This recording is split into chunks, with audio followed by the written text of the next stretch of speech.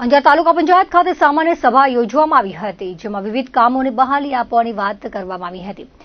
પરંતુ કોંગ્રેસ પક્ષના વિપક્ષી નેતાઓ સહિત 5 જણાને યોગ્ય પ્રશ્નનો ઉત્તર ન મળતા તેમણે આ સભામાંથી વોકઆઉટ થઈ તાલુકા પંચાયત સામે બેસી ગયા હતા. આ અંગે અંજાર તાલુકા પંચાયતના વિપક્ષી નેતા યુવરાજસિંહ જાડેજાએ જણાવ્યું હતું કે મેઘપર કુંભારડીના રોડ રસ્તા અને સ્વભંડોળનો ખર્ચ માંગતા સત્તાધારીઓ દ્વારા હિસાબ આપવામાં આવતો નથી, તો નિયમ મુજબ તાંત્રિક ચકાસણી નિયમ મુજબ ડીડીઓ અને તાલુકા પંચાયત અધિકારીએ સ્થળ પર નિરીક્ષણ પણ કર્યું નથી, તો સત્તા પક્ષના અધિકારી કર્મચારીઓ પર પકડ પણ નથી.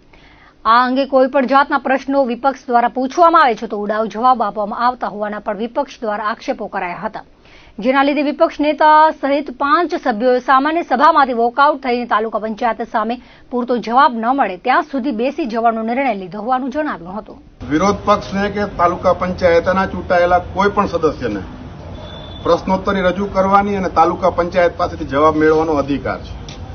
ત્યારે આજે એટલે કે 23 તારીખે અંજાર તાલુકા પંચાયતની સામાન્ય સભા છે અને આ સામાન્ય સભામાં અમારા વિપક્ષ દ્વારા ખુલ્લો આક્ષેપ લગાવવામાં આવ્યો છે.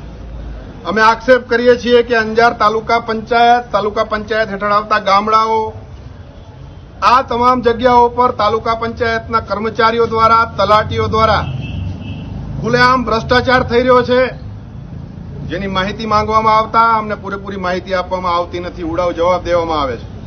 ટેકનિકલી માહિતી જે મળવી જોઈએ સાચી માહિતી આપવામાં આવતી નથી. વિપક્ષની અમારી માંગ હતી કે તાલુકાની દરેક શાળામાં બાળકો રહે છે, કોઈ શાળા ગામથી થોડી દૂર છે, ખોટી પ્રવૃત્તિઓ ન થાય, ગેરપ્રવૃત્તિઓ ન થાય, શિક્ષકો ઉપર નજર રહે, બાળકો સાથે કોઈ દુર્ઘટના ન ઘટે એના માટે સીસીટીવી જરૂરી છે. ઠરાવ લેવામાં આવ્યો 9/1/2024 ઠરાવ થયો. આજે જુલાઈ ચાલી રહ્યો છે સાહેબ 2025, 1.5 વર્ષથી આ લોકો હજી મને એવો જવાબ આપ્યો કે 10 દિવસમાં ખરીદી કરી લીધેલી છે, ઓર્ડર થઈ જશે ને આપી દે. આવા મૌખિક 10 વખત મને કહેવામાં આવ્યું છે કે આ અઠવાડિયામાં પડી જશે.